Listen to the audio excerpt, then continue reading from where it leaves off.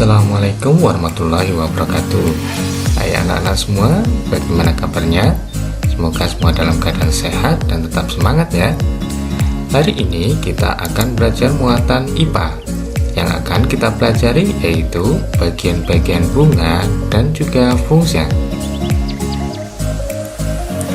Anak-anak, untuk menerangkan bagian-bagian bunga dan juga fungsinya, Pak Guru memilih salah satu jenis bunga yang tergolong lengkap dan juga sempurna. Ya, kalian tahu gambar bunga apa ini? Betul, ini adalah bunga sepatu. Nah, anak-anak, mari kita cermati satu persatu bagian bunga berikut ini. Yang pertama, yang di bagian atas ini disebut sebagai kepala putik. Lalu ada tangkai putik, ada kepala sari, ada benang sari, bakal biji atau bakal buah, mahkota,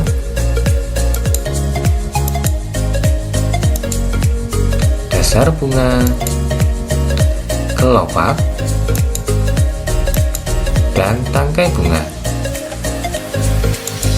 Nah, anak-anak, untuk kepala putik dan tangkai putik ini jadi satu kesatuan yang nanti akan kita sebut sebagai putik. Nah, mari kita pelajari fungsi dari bagian-bagian bunga berikut ini. Anak-anak, yang akan pertama kita bahas yaitu benang sari. Benang sari pada bunga berfungsi sebagai alat perkembangbiakan jantan. Benang sari terdiri dari 3 bagian. Ada tangkai sari, ada kepala sari, dan juga serbuk sari. Serbuk sari inilah yang mengandung sel kelamin jantan yang digunakan pada saat proses penyerbukan. Apa itu proses penyerbukan? Proses penyerbukan adalah jatuhnya serbuk sari ke kepala putik. Bagian yang kedua yaitu putik. Putik berfungsi sebagai alat perkembangbiakan betina. Nah, jika terjadi penyerbukan, maka serbuk sari dari benang sari ini akan jatuh ke kepala putik. Dan yang ketiga yaitu mahkota. Mahkota ini berfungsi sebagai penarik serangga yang akan membantu proses penyerbukan. Nah, mahkota pada bunga ini yang berwarna-warni dan sangat indah untuk dinikmati oleh manusia.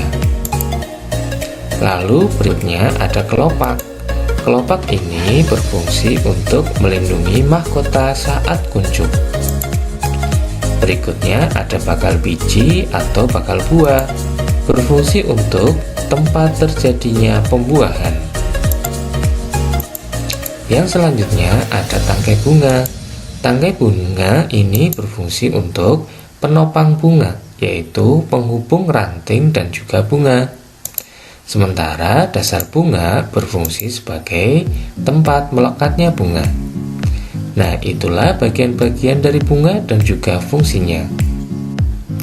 Anak-anak, berdasarkan kelengkapannya, bunga dibedakan menjadi 2. Apa saja itu? Nah, yang pertama adalah bunga lengkap.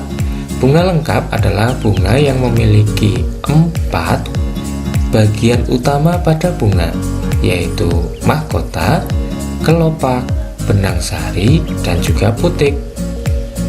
Sebagai contoh bunga lengkap yaitu ada bunga mawar dan juga bunga sepatu. Ada juga nih istilah yang namanya bunga sempurna. Bunga sempurna yaitu bunga yang memiliki benang sari dan putik pada satu bunganya. Jadi bunga lengkap tentulah adalah bunga sempurna. Yang kedua adalah bunga tidak lengkap. Bunga tidak lengkap adalah bunga yang tidak memiliki salah satu atau lebih dari 4 bagian bunga yang utama. 4 bagian utama dari bunga yaitu tadi ada mahkota, ada kelopak, ada benang sari, dan juga ada putik.